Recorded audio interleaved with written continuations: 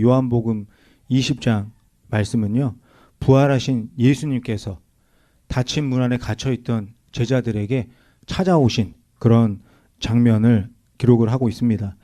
예수님께서 십자가에서 죽으시고 3일이 지났죠. 3일이 지난 후에 무덤이 비워졌다는 그런 소식이 들려지게 됩니다. 이 소식을 듣고 제자들이 너무 혼란스러운 거예요. 너무 두려운 겁니다. 무슨 일이 생긴 건가? 염려가 되는 거죠. 그리고 예수님이 죽으셨다는 사실만으로도 너무나 힘든데 예수님의 시신까지 없어졌다고 하니까 이 마음의 상실감이 자리를 잡았습니다. 그래서 제자들은 그 힘든 마음을 가지고 문을 닫고 한 곳에 모여 있었어요. 이 문은 단순히 집의 문이 아닌 것 같습니다. 요한복음 20장 19절에 보면요, 문들을 닫았더니, 여기서 이 단어가 의미하는 것은 단순히 문을 닫았다는 의미가 아닌 것 같습니다. 이 단어 안에 담겨져 있는 의미는 뭔가 힘들고 어려운 일들 때문에 닫힌 상태로 계속 유지되어 있었다, 이런 의미를 이 단어에서 보여주고 있습니다. 그러니까 이 제자들이 지금 여러 가지 상황과 환경 때문에 무서워하고 두려워하는 게 이 한순간에 어떤 하나의 문제 때문에 생긴 것이 아니라 계속 이 두려움 속에서 지금까지 살아오고 있었다는 것을 말씀하고 있는 것이죠. 그러니까 이 문이 눈에 보이는 문이 아니라는 겁니다. 이 문은 무엇이냐? 바로 영혼의 문이고 마음의 문이라는 거예요.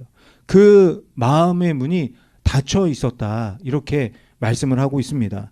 예수님을 따르면서 모든 것을 다 걸고 예수님을 위해서 살았던 제자들이었잖아요. 그렇지만 예수님이 십자가에서 죽으신 다음에 다 도망을 칩니다. 그리고 베드로는 예수님 모른다고 3번이나 부인을 했습니다. 그러니 이 제자들의 마음이 어떻겠습니까? 죄책감이 있었고 부끄러운 마음이 있었을 겁니다. 그리고 나는 실패자구나, 이런 생각이 있었을 거예요. 그래서 문을 닫고 세상으로부터 자신을 숨기고 마음의 문도 닫아버리고 그렇게 있었던 겁니다. 성도 여러분, 우리도 살아가다 보면 마음의 문이 닫힐 때가 있는 것 같습니다. 누군가에게 상처를 받게 되면, 아니면 내가 하는 일마다 계속 실패하게 되면 나는 지금 너무나 부족한가? 나는 완전하지 못한가? 이런 생각 때문에 마음의 문이 닫혀질 때가 있습니다. 사람들을 향해서 마음의 문이 닫혀지기도 하고 하나님을 향해서 마음의 문이 닫혀지기도 합니다. 하나님을 향해서 마음의 문이 닫혀지면요, 기도가 되지를 않아요. 감사가 나오질 않습니다. 맨날 원망과 불평만 보이고 그런 말만 하게 되는 겁니다. 나의 이런 상태를 보면서 또 후회를 하는 거예요. 이런 상태로 하나님께 나아갈 수 있는 건가? 하지만 오늘 우리가 함께 읽은 말씀은 분명하게 우리에게 말씀하십니다. 예수님은 그 닫힌 문 앞에서 멈춰 계시지 않는다는 거예요. 제자들은 두려움과 절망 속에서 스스로를 가두고 문을 닫아 놓았지만 예수님은 그 닫힌 문을 넘어서 오셨다 말씀하고 있습니다. 그리고 요한복음 20장 19절 마지막 부분에서 예수님이 말씀하십니다. 너희에게 평강이 있을지어다. 예수님이 갑자기 부활하신 다음에 제자들 만나서 뜬금없이 평강이 있을지어다 이렇게 말씀하는 게 아니에요. 예수님이 죽으시기 전에 제자들에게 약속하신 말씀입니다. 요한복음 14장 27절에 보면요, 평안을 너희에게 끼치노니 곧 나의 평안을 너희에게 주노라. 죽으시기 전에 하신 약속이 부활하신 다음에 이루어지게 된 겁니다. 제자들이 두려워서 문을 닫고 있을 때 십자가의 죽음을 지나서 또 부활을 지나서 직접 제자들을 찾아오셔서 약속하신 평안을 이루어 주셨습니다. 예수님이 십자가에서 죽으시고 무덤에 장사되고 그 무덤 앞을 커다란 돌로 막아버릴 때 제자들의 마음의 문도 닫혀버렸어요. 하지만 예수님이 죽음에서 다시 살아나시고 문을 닫고 있던 제자들을 찾아오셨습니다. 누가 문을 열어드린 것도 아니에요. 누가 예수님 찾아가서 이제 오셔도 됩니다 초청한 것도 아닙니다. 예수님이 먼저 찾아오셨습니다. 이것이 복음입니다. 우리가 하나님께 먼저 나아간 것이 아니라 하나님이 먼저 찾아오셨습니다. 닫힌 문을 넘어서 예수님이 찾아오셨습니다. 예수님이 찾아오시자 닫힌 문이 무너져 내리는 놀라운 은혜가 임하게 되었습니다. 사람들은 누구나 자신의 마음 안에 벽이 있다는 걸 느끼면서 살아가는 것 같습니다. 그리고 그 벽을 무너뜨리며 살고 싶은 그런 갈망이 있는 것 같아요. 그래서 애를 씁니다. 자신이 할 수 있는 노력을 합니다. 하나님 믿는 사람들은 기도로 이 벽이 무너질까? 또 인내하고 참으면 이 벽이 사라질까? 그런 생각을 합니다. 그리고 이 벽이 너무나 힘들어서 때로는 도망쳐 버리고 싶은 그런 마음이 생길 때도 있습니다. 하지만 이게 쉽게 무너지지를 않습니다. 우리 힘으로 깨어지지 않는다는 그 사실을 느끼면 또다시 절망하게 되는 거죠. 그런데 복음은 뭐라고 말합니까? 복음은 이 벽을 우리가 깨는 것이 아니라 예수님께서 뚫고 찾아오셨다 말씀하고 있는 겁니다. 오늘 이 마음의 문을 뚫고 찾아오신 예수님을 요한이 말씀을 통해서 우리에게 소개하고 있습니다. 오늘 이 말씀을 통해서 마음의 닫힌 문을 넘어서 나를 찾아오신 예수님을 반드시 만나시기를 바랍니다. 성도 여러분, 오늘 말씀은 2000년 전 어떤 과거의 하나의 사건을 말씀하고 있는 것이 아닙니다. 하나님이 일하시는 방식을 보여주고 있는 거예요. 하나님이 허락하신 이 복음의 질서가 무엇인지를 보여주고 있습니다. 우리는 신앙생활하면서 종종 이렇게 생각을 하잖아요. 내가 더 기도해야 예수님이 오시지 않을까? 내가 더 믿음을 회복해야 예수님이 나를 도와주시지 않을까? 내가 마음을 열어야 성령님이 들어오시지 않을까? 최소한 적어도 이 정도는 내가 먼저 해야 하나님이 반응하시지 않을까? 하지만 복음은 전혀 그렇게 말씀하지 않습니다. 예수님이 먼저 오셨기 때문에 우리의 마음의 문이 열렸습니다. 예수님이 먼저 오셨기 때문에 평화가 임하게 되었습니다. 예수님이 이미 함께 하시기 때문에 닫힌 문이 열리게 되었다고 말씀하고 있습니다. 이것이 복음이 말하고 있는 질서이고 순서입니다. 예수님은 눈에 보이는 문을 통과하신 것이 아닙니다. 마음의 문을 넘어서 찾아오셨습니다. 두려움, 또 죄책감, 또 절망으로 닫혀있는 마음의 문을 넘어서 오셨습니다. 예수님은 제자들에게 찾아오셔서 여기 숨어서 이러고 있을 줄 내가 알았다, 이렇게 말씀하지 않으셨습니다.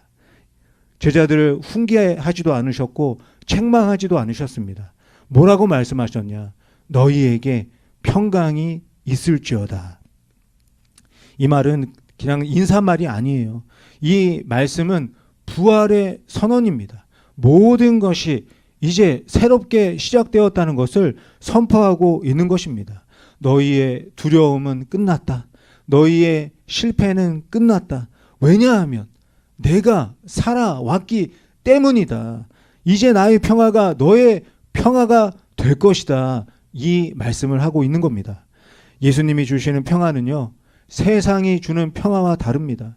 세상은 모든 것이 내가 원하는 대로 잘 돼야 평화라고 말을 합니다. 하지만 예수님의 평화는 상황이 아닙니다. 감정이 아닙니다. 예수님의 평화는 내 곁에 찾아오신 예수님과의 관계 때문에 누리는 평화를 말씀하고 있는 것입니다. 그렇기 때문에 마음의 문이 닫혀 있어도 예수님이 그 문을 넘어서 들어오시면 평화가 임하게 되는 겁니다.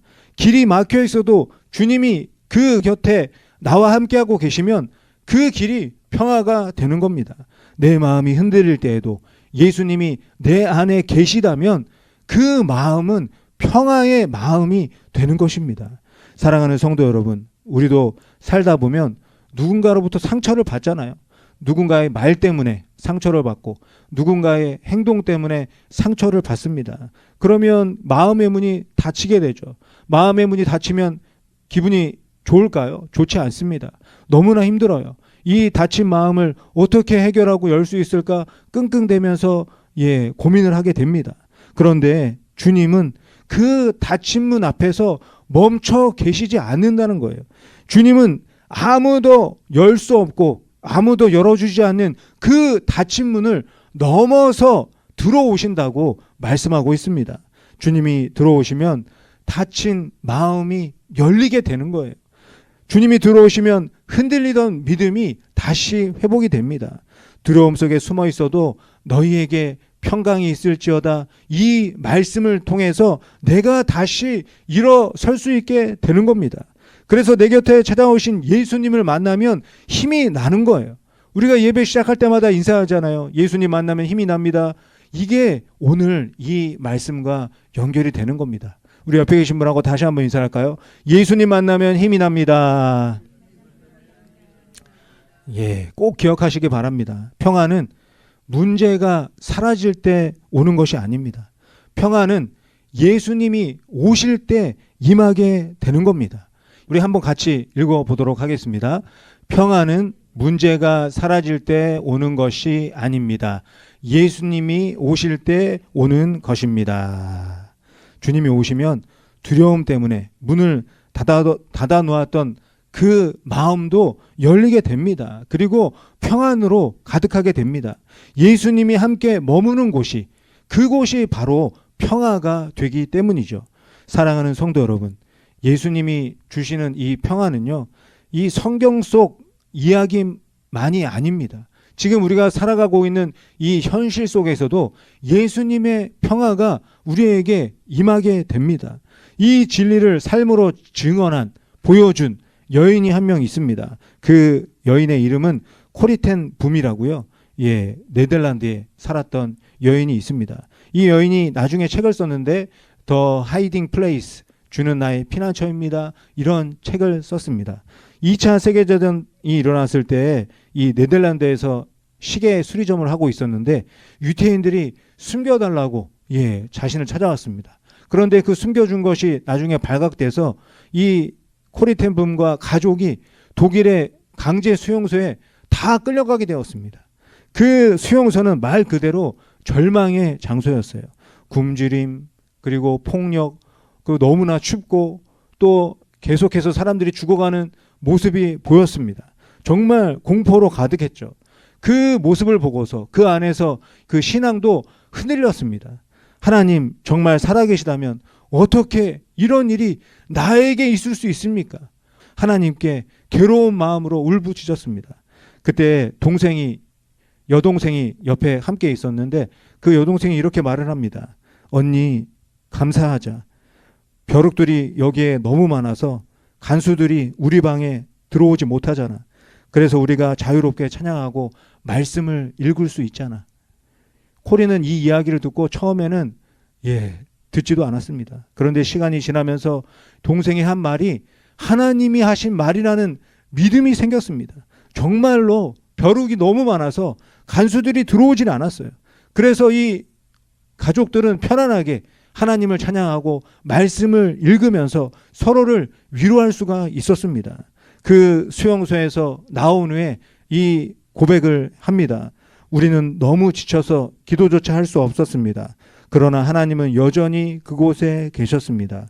아무리 깊은 구덩이라도 하나님의 사랑은 그보다 더 깊습니다.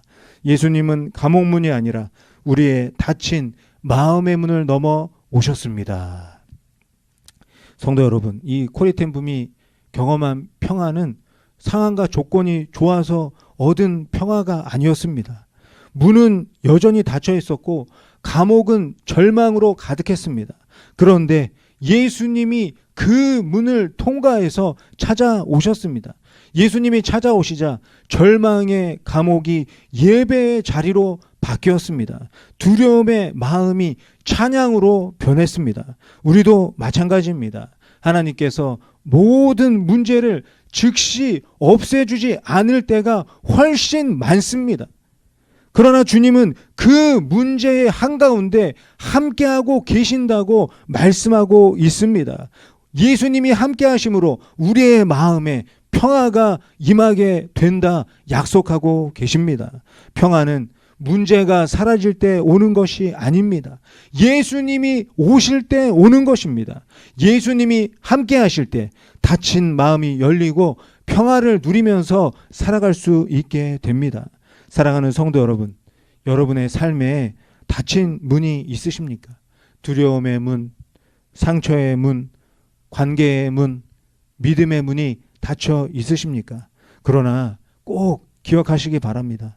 주님은 그 닫힌 문 앞에서 절대 멈춰 계시지 않으십니다.